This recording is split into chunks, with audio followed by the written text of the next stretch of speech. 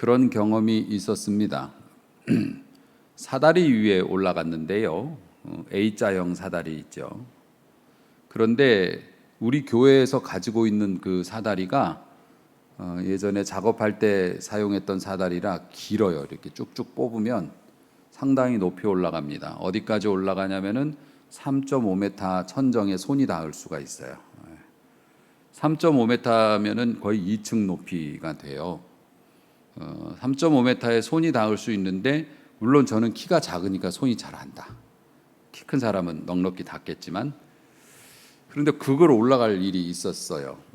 근데 말이 그렇지 3.5m 그 높이까지 올라가고, 사다리에 보통은 사다리를 중간쯤 올라가서 이렇게 손으로 잡죠. 그런데 이제 너무 높이 올라가야 되니까 맨 꼭대기까지 올라간 거예요. A자의 맨 꼭대기까지. 그럼 흔들거리잖아요. 흔들거리는데 밑에 내려다보면, 야, 전에도 사다리에서 떨어져 본 적이 있지만 여기서 떨어지면 무사하진 못할 것 같다. 어디 한 군데가 부러지든지 그럴 것 같다. 공포감이 들죠. 그때 그렇다고 수행해야 될 일이 있으니까 내려올 수는 없지 않습니까? 그때 저에게 제일 간절했던 것이 무엇이었을까요? 천정에 높이 올라가서 흔들거리고 있는 사다리 위에서 어쨌든 떨어지면 안 되고 내가 맡은 일을 해야 된다고 생각할 때 제일 간절했던 것은 흔들리지 않는 것이었습니다. 아름다운 샹들리에도 있을 수 있고, 그렇죠? 풍선도 있을 수 있고, 가령 거기다가 고급 옷을 걸어놨다고 해도 저는 그거를 잡지는 않을 겁니다. 차라리 천장에 잘 박힌 못 하나라도 있으면 그걸 붙잡을 겁니다. 우리 인생은 흔들리면서 살게 창조되어져 있습니다. 늘 제가 여러분들에게 그런 말씀 드리지만은, 예수님 믿으면 복 받는 건 맞습니다. 하지만 아무 해도 당하지 아니하고 아무 어려움도 당하지 않고 만사 형통이고, 그렇게 말씀할 수가 없고 그건 성경적이지도 않고요. 오히려 성경이 뭐라고 그러냐면은, 그 성경에서 욥기가 제일 오래된 책으로 알려져 있는데요. 그 욥기, 가장 오래전부터 하나님은 말씀을 통해서 우리에게 이렇게 하셨어요. 사람은 고생을 위하여 낳느니. 이렇게 사람은 고생하려고 태어났대요. 성경 말씀이에요. 불꽃이 위로 날아가는 것 같으니라. 이전 번역에서는 티끌이 위로 날아가는 것 같으니라. 불을 피워 놓으면 불꽃이 위다. 그래서 욥기의 저자는 이렇게 얘기해요. 인생이 그렇게 고난이 있는데 나라면 하나님을 찾겠고 나의 일을 하나님께 의탁하리라. 맡기겠다. 그러니까 인생이 A자 사다리 꼭대기를 안 올라가고 싶지만 올라가야 할 때가 있다는 거예요. 그거를 잊어버리게 하면 안 돼. 특히 설교자는 성도들에게 고난이 있을 것이라는 것을 미리 말씀드려줘야 돼요. 안 그러면 분명히 교회 가면 예수 믿으면 만사 형통이고 내가 당할 화를 안 당한다고 배웠는데, 그러면 여러분의 믿음을 어디 가서 찾겠습니까? 그렇기 때문에 실상을 정확히 알려드릴 필요는 있죠. 요즘 목사님이 왜 자꾸 고난에 대해서, 제가 임의로 그러는 것이 아니라 바울의 삶을 따라가다 보니까 바울이 고난에 대해서 자꾸 얘기를 해서 이런 말씀을 드리게 됐지만, 저는 이것도 하나님의 섭리라고 생각해요. 여러분들에게 필요한 말씀이라고 생각을 하고, 저도 편한 거 좋아하죠. 그런데 제가 참 경이롭게 여기는 것 중에 하나가, 우리가 집에서 반려견을 기르거나 이렇게 동물들 반려묘를 양육하거나 할 때 보면 관리도 많이 하고 이렇게 챙겨줍니다마는 좀 그래요. 좀 이렇게 싱싱하지가 않아, 집안에서 사는 애들은. 그런데 야생에서 사는 친구들, 그런 친구들을 어쩌다 이렇게 접하게 돼서 이렇게 보면은 털빛깔이라든가 그 풍모가 엄청납니다. 좀 완벽해요. 하나님께서 그 자연 속에서. 그런데 보면 그렇게 자연 속에서 살면서 빛나는 아름다움과 그 강인함을 갖고 있는 녀석들이 쉬엄쉬엄 살아가냐? 그렇지 않거든요. 엄청 고생하면서 살죠. 먹을 게 없어서 며칠을 굶기도 하고 적들에게 쫓기기도 하고 막 그런 치열한, 그런데 근데 빛나. 굉장히 아름답죠. 야생을 돌아다니는 빛나는 털을 가진 늑대가 될 것인가? 아니면은 그저 때 되면은 먹을 거 갖다 주고 화장실 갈 필요도 없이 그냥 그 자리에서 싸고 뭉개고 그렇게 키워지는 돼지가 될 것인가? 인생을 우리가 멀게 바라본다면 우리는 돼지 같은 삶을 원하지만은 사실 그게 편하다고 얘기는 하지만은 우리가 인간이고 인생이면은 빛나는 아름다움을 더 사모해야 되는 것 아니겠습니까? 제가 여러분들에게 드리는 말씀은 계속 부정적인 말씀을 드리고 싶은 게 아니라 여러분이 어려움을 겪는 일이 있을 수 있다. 하지만은 그 어려움은 우리를 빛나게 하고 우리를 사람답게 만들고 더군다나 그것을 통해서 하나님께 영광 돌리는 삶을 살 수 있게 되었고 거기에다 한 가지 덧붙여서 우리는 그것을 이길 힘을 주시는 분을 가지고 있기 때문에 흔들리지 않는 분이 우리에게 있기 때문에 그러니까 손을 내밀어 그분을 잡으라. 이것이 오늘 또 요즘에 들어서 여러분들에게 드리고자 하는 말씀의 요지가 되겠습니다. 요쯤에서 유튜브 나가셔도 괜찮을 것 같기도 한데 또 그러면 서운하니까 오늘 말씀을 좀 더 진행해 보도록 하겠습니다. 오늘 말씀은 고린도후서, 고린도 교회에 보내는 두 번째 편지. 고린도후서는 사도 바울이 보낸 편지인데 이 편지의 특징 중에 하나가 뭐냐면은 고린도후서의 특징이 뭐냐면 바울이 개인적인 그 심정 그런 것들을 좀 많이 썼어요. 다른 편지들과는 다르게 자기의 속마음, 감정 상태 보통 그런 거 잘 노출 안 하잖아요. 교훈 편지인데. 그런데 고린도후서에서는 이런 거를 좀 많이 썼어요. 고린도후서 1장 8절에 보면 형제들아 우리가 겪은 고난을 너희들이 모르고 지나가는 것을 내가 원치 않는다. 내가 얼마나 힘들었는지 당신들이 좀 알아줬으면 좋겠다. 이런 말을 해요. 목사님들이 그런 말하면 성도님들 부담스럽죠. 제가 얼마나 힘들게 사는지 성도님들이 좀 알아주셨으면 좋겠어요. 이렇게 보통은 말 안 하는데 사도 바울은 특별한 목적이 있기 때문에 이제 이런 얘기를 했어요. 내가 얼마나 힘들게 살았는지. 얼마나 힘들었냐면 그러니까 우리가 아시아에서 소아시아 지역에서 당한 환난을 너희가 알았으면 좋겠다. 힘에 겹도록 심한 고난을 당하여 살 소망까지 끊어졌다. 이렇게 얘기했어요. 이 살 소망이 끊어졌다는 것이 죽을 뻔했다는 게 아니라 원어적인 뉘앙스가 뭐냐면은 나 그만 살고 싶어라는 생각을 내가 했다는 거예요. 나 이제 죽어도 차라리 죽는 게 하나님께 영광이 되든지 아니면은 모든 것이 더 편하겠다라는 살 소망이 끊어졌다. 살고 싶은 생각이 없어졌다는 거예요. 바울이 자기가 그런 일을 겪었대요. 목회하면서. 하나님께서 그렇게 능력 있게 쓰시던 사울, 바울 아닙니까? 기적은 좀 뭐 일으켰나요? 뭐 엄청났죠. 이적의 뭐 역사 막 회심하고 돌아오는 거 성령이 막 하루에도 몇 번씩 역사하셔서 사람들이 변화되는 걸 보는데도 얼마나 힘들게 살았으면은 나 차라리 죽고 싶어. 사도가 그런 생각을 했다는 겁니다. 1장 9절은 이렇게 얘기해요. 우리는 자신이 사형 선고를 받은 줄 알았다. 이제는 죽었구나.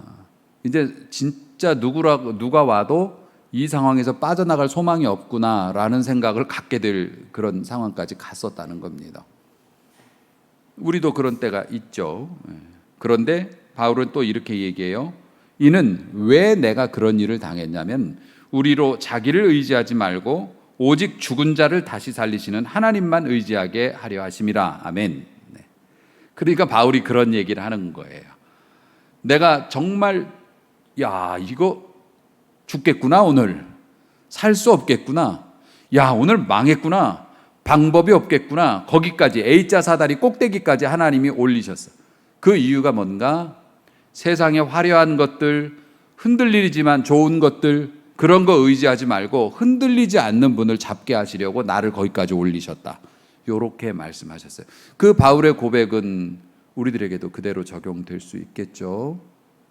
그래서 여러분이 만약에 흔들리는 상황에 고난에 빠져 있을 때 그 고난 가운데서 여러분이 흔들리지 않는 분을 견고하게 붙잡을 수만 있다면 고난을 이길 뿐만 아니라 여러분의 삶은 더 멋진 방향으로 변화되어져 갈 것이니까, 내가 뭔 죄를 졌나? 하나님이 날 미워하시나? 라는 생각보다는 이럴 때일수록 흔들리는 것에 의지하지 말고 흔들리지 않는 것을 잡아야 하겠다라고 하는 지혜가, 은혜가 여러분에게 있길 주의 이름으로 축원합니다. 그 한마디로 바울이 이제 이 고린도후서에서 자기의 속내가 한번 터져 나오니까 계속 터져 나와요. 그러면서 이렇게 얘기해요. 내가 사역하는 내내 우겨쌈을 당했다. 그러니까 사람들이 나를 둘러싸고 몰매를 치려고 하는 것처럼 나를, 그런 의지를 가지고 나를 둘러쌌다. 얼마나 겁나요? 깡패들이 나를 둘러싸면. 답답한 일을 당했다. 핍박을 당했다. 거꾸러뜨림을 당했다. 멀쩡히 걸어가는데 나를 누가 잡아뜨렸다. 사역을 그렇게 당했다는 거예요. 그게 삶이었어요. 그래서 바울의 삶, 고통의 신학이라고도 얘기해요. 바울의 신학을, 고통의 신학. 오해받았죠. 억울한 대우받았죠. 잊혀지고 버림받았죠. 모욕당하고 악플 달리고, 신체적으로 고생하고 뭘 먹을지, 그래서 밥을 굶기도 하고, 언제 죽을지 모르는 상태로 감옥에 갇혀 있기도 하고. 그런데 이런 고난을 이제 다 당해놓고 오늘 본문에 보면은 이런 말씀을 해요. 충격적인 말씀인데 11장 30절, 내가 부득불, 난 꼭 좀 자랑 좀 해야 되겠는데 뭘 자랑하냐면 내가 약한 것을 자랑하리라. 이렇게 얘기를 해요. 바울이 내가 약한 것을 자랑하고 싶어요. 내가 이렇게 어려움 당하고 내가 이렇게 외적으로나 또 영적으로나 막 흔들리고 이런 상황을 내가 여러분들에게 자랑하고 싶어요. 그런데 아마 저를 포함해서 우리 거의 대부분의 사람들이 바울처럼 그렇게 진짜 이유도 없이 진짜 특별히 좋은 일 하려다가 이런 막 어려움 당하고 막 그 병 생기고 이런 식으로 계속 이렇게 고난의 파도가 오면 교회 안 다닐 것 같은데, 아니면 혼자 믿든지 혼자 믿는다고 하면서 교회 안 나올 것 같은데, 저도 자신 없어요. 만약에 계속 이런 일이 제 삶에 생기면 제가 사역을 계속할 수 있을지 그거는 아무도 모르죠. 하게 되기를 원하지만. 그런데 바울은 원망이나 또 뭐 어떤 그런 것들을 품지 않고 오히려 자기의 고난을 자랑하고 싶대요. 왜 그럴까? 이 오늘 우리가 이제 본 본문에 앞서서 바울이 자기의 신비 체험에 대해서 얘기를 해요. 그러니까 성경이 묘사하고 있는 바로는 사도들도 마찬가지고 어느 누구도 지금까지도 모르겠어요. 주장하는 사람은 있지만 입증된 사람은 바울밖에 없는 것 같아요. 이 지구에 있다가 갑자기 인간의 몸을 입고 하늘로 올라간 거예요. 지구에서 바로 예수님의 보좌 앞으로 이끌려 올라가서 예수님을 대면했다는 거예요. 얼굴을 뵀다는 거예요. 인간으로서. 그리고 살아계신 주님을 대면하고 주님이 들려주시는 말씀이 너무 심오하고 충격적인 것이어서 감히 인간의 말로 이룰 수 없는, 다시 말해서 사람들에게 설명이 불가능한 그런 신기하고 신비한 말을 들었다는 거예요. 당시 어느 사도도 그런 걸 경험하지 못했고 어느 종교 지도자도 그런 걸 경험하지 못했죠. 경이로운 거. 근데 우리가 입신이라고 얘기하는 그런 거를 했던 모양입니다. 그래서 주님을 대면하고 왔대요. 근데 바울은 알죠. 자기가 정말 주님을 대면했다는 것을 너무나 명확한 거니까. 그러니까 어떻게 됩니까? 영적인 자부심이 어깨가 막, 절에도 그러겠어요. 여러분 못 봤죠? 저는 봤어요. 전 들었다고요. 우리 주님이 어떻게 하시는지. 그럴 것 같아요. 그런데 사실 그런 영적인 자부심이 뭡니까? 독약과도 같은 거거든요. 그런 영적인 자부심이 결국엔 교만이라는 거고, 교만이라는 거는 하나님의 말씀이 들어오는 통로를 막아버리는 장애물 역할을 하기 때문에, 제가 말씀드렸죠. 홍수 때 나뭇가지 같은 거 떠내려와 쓰레기 같은 거 떠내려와서 다리 교각에 걸치게 되면 이게 다른 것들을 또 붙잡고 이러다가 수압이 세서 다리가 날아간다는 거. 교만이 그런 거거든. 우리의 마음속에 한번 딱 걸치면 다른 것들이 거기에 달라붙어서 우리의 인생을 무너뜨리죠. 그러니까 하나님께서 그것을 사역을 위해서 보여주셨지만, 듣게 해주셨지만은 이제 인간으로서 그러한 경험을 하니 이제 그 교만이 영적인 우월감에 사로잡힐까봐 하나님께서 그 교만의 문제를 어떻게 해결하냐면 끝이 뾰족한 막대기로 해결을 해주셨어요. 바울은 찌르는 가시라고 표현을 했습니다. 육체에 찌르는 가시. 그래가지고 바울이 고질병이 있었던 거예요. 생겼던 거예요. 뭐 아시다시피 어떤 분은 그 뭐 간질이다, 뭐 어떤 분은 뭐다, 뭐 이렇게 여러 가지를 하지만 어쨌든 간에 사역에는 굉장히 치명적인 그런 질병, 넘부끄러운 병을 주셨던 것 같습니다. 우리가 알다시피 이 내용은 뭐 여러분들도 많이 들어보셨으니까, 바울이 사역하는데 너무 힘들고 하나님께 영광이 안 되니까 이 고난을 없애달라고, 병을 없애달라고 3번을 기도했다. 간절히 기도했다는 거예요. 완전수니까.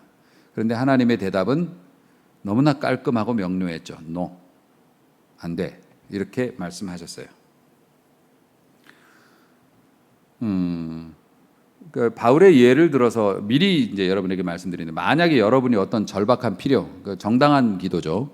절박한 필요를 놓고 기도했는데 하나님께서 응답을 안 해주신다고 생각하면 너무 서운해만 하지 마시고 좀 다른 생각도 해볼 수 있기를 바라요. 오늘 말씀을 듣는 여러분들은.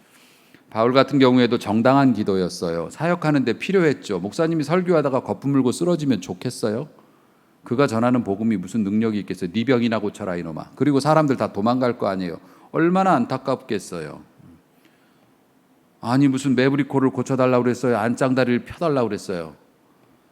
사역을 하는 데 있어서 치명적인 자신의 질병을 떠나가게 해달라고 기도했는데 남은 다 고쳐주고 지만 저렇게 병으로 고생하네. 이런 소리 들으면 하나님 영광 가릴까 봐 해달라고 그랬는데 그거 안 들어주셨어요. 여러분이 만약에 정당한 기도임에도 불구하고 응답이 되지 않는 것 같다고 한다면 서운한 마음은 당연히 있겠지만 여러분이 조금 더 다른 편으로 생각을 해 주시기를 바라요. 그게 뭐냐면 바울의 경우처럼 그런 간구에 응답하지 않으실 때는 보통 더 좋은 것을 예비하고 계신다. 아멘. 바울을 따라가다 보면 우리가 알게 돼요. 우리는 항상 우리가 온전하려면 성공해야 된다라고 배웠어요. 우리가 사람 대접받으려면 돈이 있어야 된다고 배웠어요. 우리가 강한 사람으로 세상에서 무시받지 않는 사람 되려면 돈이나 권력이나 뭐 이런 것들을 남보다 많이 가지고 있어야 무시당하지 않는다고 배우고 살아왔어요. 평생 배워왔어요. 하지만 그거는 맞는 게 아니에요. 앞서 말씀드렸다시피 우리의 인생에 진짜 위기가 찾아오면 아내도 남편도 못 도와줘요. 자식이 뭐 엄마 아빠 사랑해요 해도 애들이 우리 못 도와줘요. 아니 내가 암에 걸렸는데 뭘 도와줄 수 있어요. 물론 치료를 받을 수 있도록 뭐 도와줄 수는 있겠지만 내가 무슨 어떤 결정적인 마음의 병이 생기거나 어떤 혼미한 상황에 놓여 있는데 못 도와줘요. 도와주실 수 있는 분은 우리 주님밖에 안 계세요. 그런데 우리가 의지하는 거, 우리가 강해지려면 가져야 해라고 지금도 주님 앞에 나아가는 것조차도 빼먹고 몰입하는, 우리가 수집하려고 하는 것들이 다 흔들리는 것들이란 말이에요. 그러니까 정말로 중요한 인생의 중요한 순간에서 의지할 수 있는 것들은 아니라는 거죠. 그걸 잊지 말라고 말씀드리는 게 설교잖아요. 목회자고. 그러니까 여러분, 고통의 가시들은 찌르는 막대기, 쿡쿡쿡쿡 찔러요. 그러니까 우리를 약해지게 만들지만 주님은 말씀하셔요. 네가 약할 때 내 능력이 온전하여짐이라라고 말씀하셔요. 네가 연약할수록 나는 더 너를 위해서 큰 일을 행할 수 있다라고 말씀하시는 거예요. 내 은혜가 너에게 족하도다. 내가 충분히 부어줄 거야 라고 말씀하셔요. 여러분, 하나님의 은혜는 우리의 힘보다 넘치게 강하십니다. 우리가 가진 모든 자원보다 하나님의 은혜가, 하나님의 방법이 더 강하시다고요. 그분의 은혜는 어떤 상담해 주는 사람보다, 우리 전도사님이 여러분에게 좋은 위로도 드리고 저도 여러분에게 뭐 좋은 말로 위로를 해드리고 그럴 수 있지만은, 물론 하나님이 그렇게 사용하시기도 하지만 그보다 더 충분하게 여러분의 마음을 가라앉혀 드릴 수 있고 위로해 드릴 수 있습니다. 하나님의 은혜는 여러분을 찌르는 가시 뾰족한 막대기가 뭐든지 간에 그거를 감당할 수 있을 만큼 힘을 주십니다. 하나님의 은혜는. 아멘. 그래서 사도 바울이 그런 삶을, 병 고침도 못 받고 불행했냔 말이에요. 빛났습니다. 지금도 존경받잖아요. 굉장히 빛났죠. 어떤 목사님이 그런 기도를 했다고 그래요. 목사님, 주님, 왜 이렇게 저에게 고난이 끊어지지 않는 겁니까? 이걸 좀 어려움이 없게 해주시면 안 됩니까? 그러니까 주님이 그런 식으로 이제 응답을 하셨다는 겁니다. 고난을 당하는 자, 그리고 고난을 당하여 나를 의지하는 자가 진정한 내 친구이기 때문에 너에게 고난을 많이 준 거야 라고 말씀하셨는데, 그 목사님은 그래서 주님이 친구가 없는 거예요. 이제 그랬대요. 근데 여러분, 은혜를 맛보면 간단하게 설명을 드리죠. 그러니까 은혜를 맛본 사람의 삶은 조금씩 달라요. 맛있는 거 좋아하고 뭐 놀러 가는 거 좋아하고 그건 똑같아요.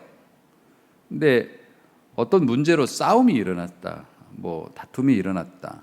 그러니까 은혜를 따라가는 사람들은 어느 정도 이렇게 막 같이 화를 내다가도 어느 순간 딱 멈출 줄을 압니다. 그러니까 주님께서 그만해 보여주셔요. 이렇게 싸워서 이겨봐야 아무 의미가 없다는 걸 깨닫게 해주시죠.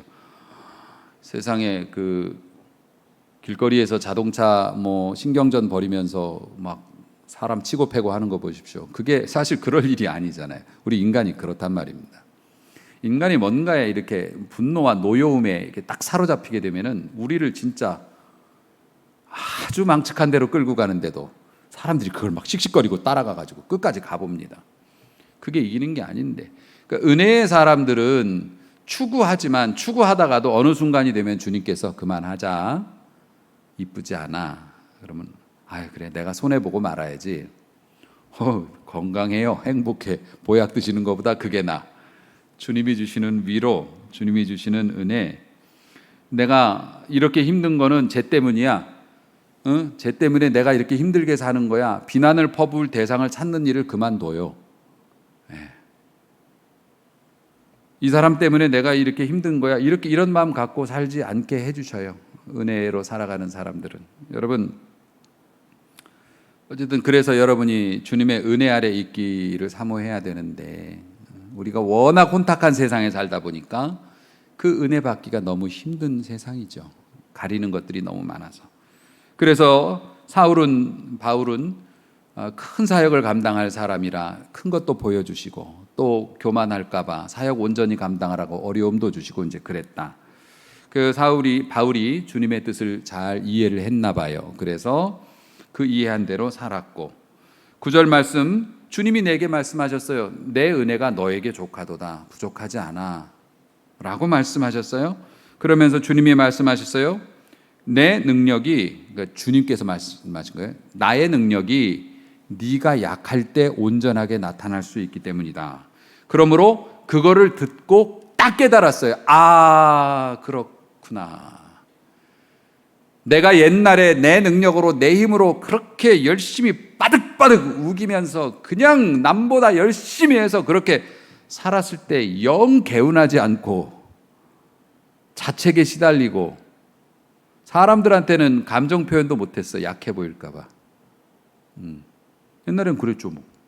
자기 약해 보일까 봐 변화되기 이전에서 바득바득 다른 사람보다 공부를 한 자라도 더 해야 됐고, 지면 안 됐고, 핍박하는 일에도 열심을 냈고, 바득바득. 그리고 약한 모습 보이면 안 돼. 사람들이 우습게 봐. 그렇게 살았는데 지금은 뭡니까? 그렇게 살았을 때는 편안함이 없었어.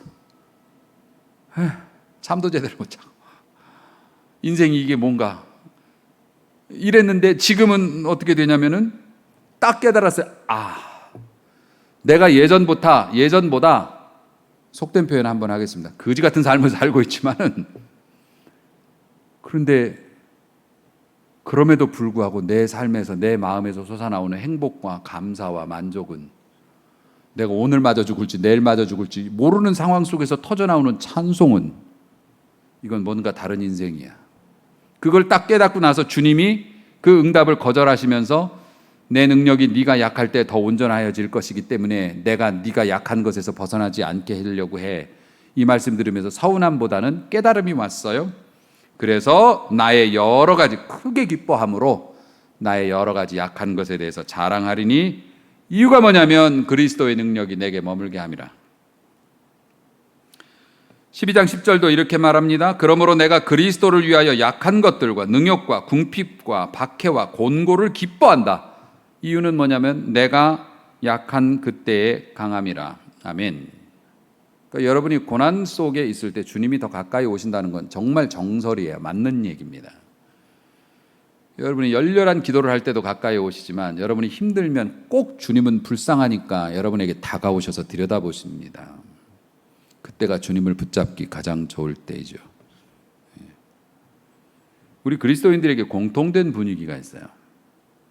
장례식에서 너무 울면 믿음 없다고 흉하다 그래요. 천국에 소망 없어? 왜 이렇게 울고 그래?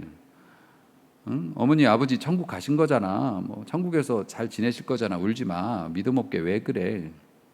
이런 분들도 있고, 내가 막 힘들어하거나 막 내적인 갈등이 있어가지고 이런 것들을 좀 이렇게 표시내고 그러면은 사람들이 마치 내가 성령님과 동행하지 않아서 그런다고 하는 것처럼 사람들이 눈살을 찌푸려요. 그러니까 물론 여러분들이 막 고난 중에서도 웃고 힘든 상황에서도 막 친구들 만나고 뭐 이런 삶을 하지 말라는 게 아니에요. 하지 말라는 게 아니라 그리스도인들이 웃으면서 사는 것에 대해서 뭐라고 하는 것은 아니고요. 단지 여러분이 믿음 없어 보일까 봐 여러분이 승리하는 그리스도인으로 보이고 싶어서 여러분의 아픔이나 고난이나 힘든 거를 내색을 일부러 안 하는 그런 건 하지 말라는 거죠. 억지로 미소 지을 필요는 없어요. 바울도 그랬어요. 여러분 내가 당한 고난을 알기를 원한다고. 물론 바울은 우리하고는 좀 달랐죠. 바울은 자기의 신세 한탄에서 끝나버린 건 아니었어요. 신세 한탄하면 누가 좋아라 합니까? 감정을 그렇게 쏟아놓고 가버리면 듣는 사람은 들어는 주지만 힘들어요. 그러니까 잘 안 들으려고 하죠.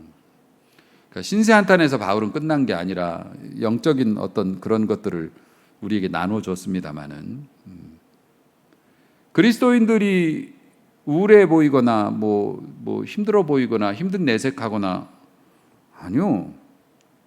우리가 웃지 못하는 상황, 웃지 않는 상황이면은 신앙생활 잘못한 건가? 내가 표정이 어두우면 내가 믿음이 떨어져서 그런 건가? 주님 생각하면 항상 웃어야 되는데 전 그렇게 생각하지 않습니다.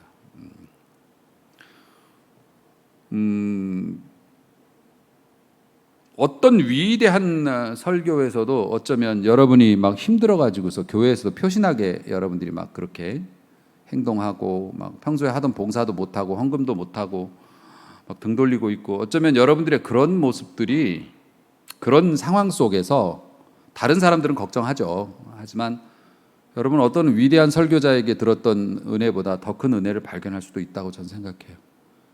주님을 사다리 꼭대기에서 리얼로 만나는 거니까. 비록 힘들지만 그렇다고 생각해요. 다른 사람이 그런 상황에 놓여 있어도 여러분 너무 강요하지 않았으면 좋겠어요. 좀 웃어. 믿는 사람이 왜 그래? 같이 찬양하자. 뭐 같이 기도하자. 물론 기도는 모든 것을 이기는 힘이 있지만은 여러분 중병에 걸린 사람이 밥 안 먹으면 죽는다는 얘기 몰라서 안 먹는 줄 아세요? 못 먹으니까 못 먹는 거예요. 먹을 수가 없어서 못 먹는 거죠. 밥 안 먹으면 죽어. 얼른 먹어야 돼. 그러면서도 넘어가지 않으니까 병인 거죠. 그런 것처럼 정말 우리가 인생의 어두운 힘든 이런 찌르는 가시 이런 것들 이유를 알 수가 없어. 내가 잘못하고 벌 받는다면 내가 그렇게나 이해하겠어. 근데 내가 왜 이런 일을 당할까 봐 이럴 때는 기도도 안 나오죠. 그러니까 우리가 형제 중에 그런 분들이 이렇게 낙심해 있고 미소를 잃어버린 분들이 있다면 억지로 미소 지으라고 권할 필요 없다고 생각해요. 그를 위해서 기도해주고 기다려줘야 되죠. 저도 마음이 너무 무거운 날이나 그래서 설교나 뭐 성도님들하고 공부하는 거나 이런 것들 하기 두려운 날도 있고, 사실 그러면 표시가 나, 저는 또 얼굴에서 표시가 더 잘 난대요. 뭘 또 이렇게 하십니까 또. 표시 나면 전도사님도 그러시고 뭐 사모도 그렇고 당신 목사님이 그렇게 얼굴 어두워가지고 다 표시 난다고 막 그렇게 말씀하시고 성도님들 걱정하는데 왜 그렇게 다니냐고.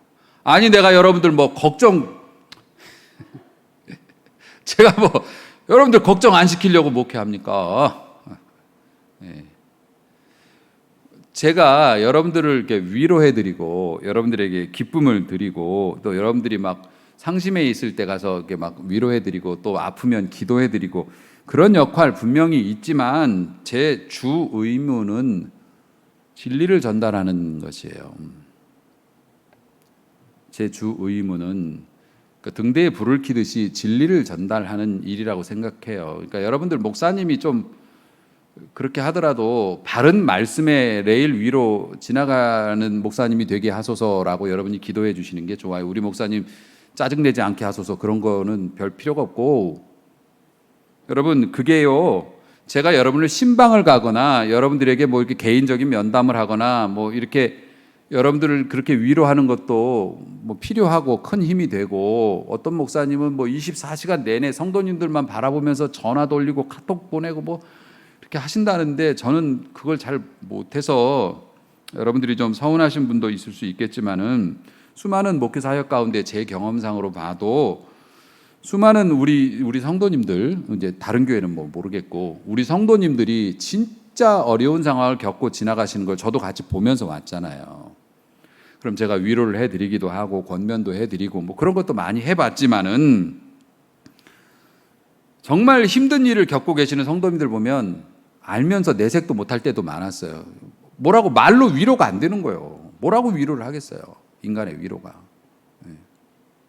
그저 기도할 따름이죠. 그럼에도 불구하고 담담히 하나님의 말씀을 주신 감동을 따라서 성실하게 준비해서 말씀을 전할 때 그 말씀 안에서 우리의 삶을 위한 하나님의 뜻이 발견되어지고, 그렇게 어렵고 힘들었던 분들이 나중에 목사님 증거하시는 그 말씀을 듣고 주님의 위로를 받고 그때 힘들 때 제가 잘 이겨냈어요 라고 하는 얘기를 들으면서, 제가 여러분들에게 드릴 수 있는 목회자로서의 최고의 서비스는 하나님의 뜻에 합한 바른 말씀을 여러분들이 듣게 해드리는 것이다. 저는 그렇게 생각해요. 여러분 어쨌든 꼭 웃어야 그리스도인인가? 아니요. 진짜로 정의를 내리라고 한다면 저는 울어야 그리스도인이라고 저는 생각합니다.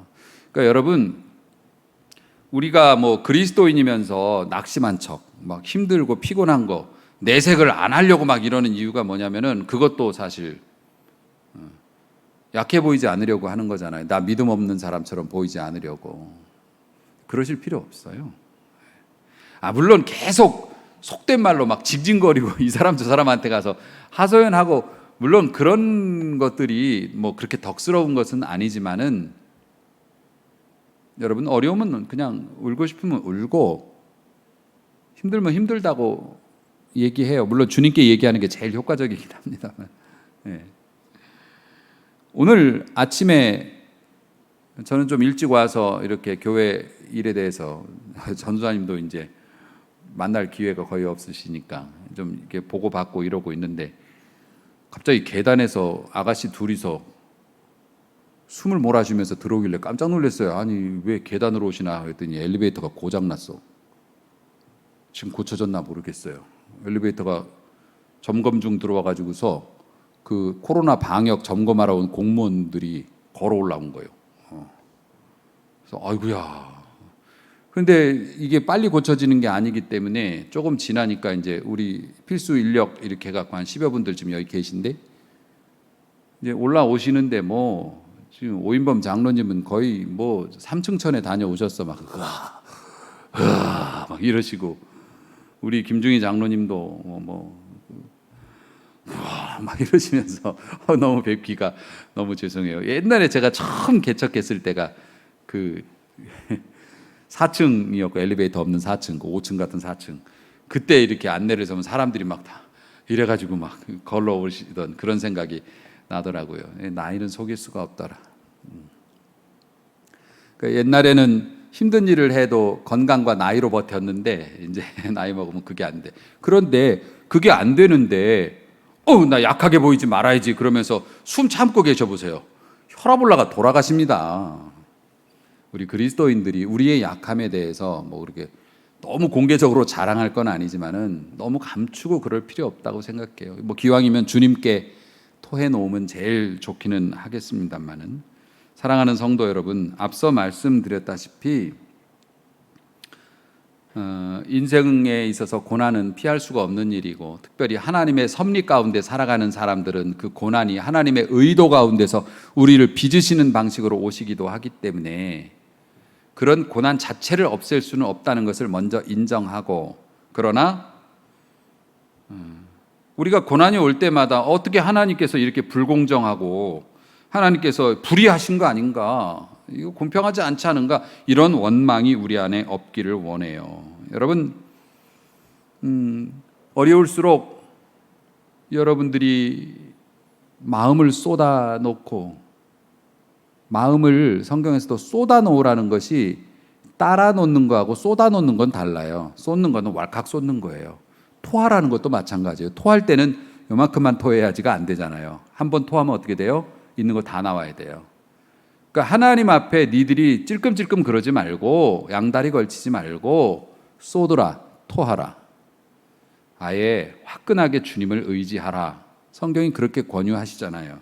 그러므로 오히려 이런 어려움 속에서 사도 바울이 내가 이렇게 약할 때 오히려 주님이 더 크게 역사하셔서 내가 더 강해지는구나 이렇게 깨닫고 크게 기뻐하고 자신의 약함에 대해서 부끄러워하지 않겠다고 자랑하리라는 게 부끄러워하지 않겠다고 그렇게 얘기했던 것처럼 여러분이 고난 속에서 오늘 말씀을 듣고 하나님이 여러분에게 은혜를 주셔서 어려울 때마다 더 찰싹 하나님께 달라붙으려고 하는 그러한 용기가 여러분에게 은혜로 주어질 수 있기를 소망합니다. 사랑하는 성도 여러분, 하나님은 처음부터 끝까지 모든 것을 아시죠. 심지어는 우리보다 나보다 내 필요에 대해서 더 잘 아시는 분이라는 걸 믿고 왜 이런 일이 생기나 생각하기보다는 이럴 때 내가 어떻게 해야 될까를 고민하는 지혜가 있기를 원하고요. 여러분 억지로 미소 짓지 않으셔도 됩니다. 다만 우리 주님을 더욱 의지하고 흔들리지 않는 것을 구별해서 그걸 붙잡는 용기가 있기를 원하고 그래서 우리 바울처럼 내가 약할 때 더 강한 힘으로 나의 약한 것을 오히려 자랑하리라 고백할 수 있는 빛나는 그리스도인이 되시기를 주님의 이름으로 축원합니다. 기도하시겠습니다.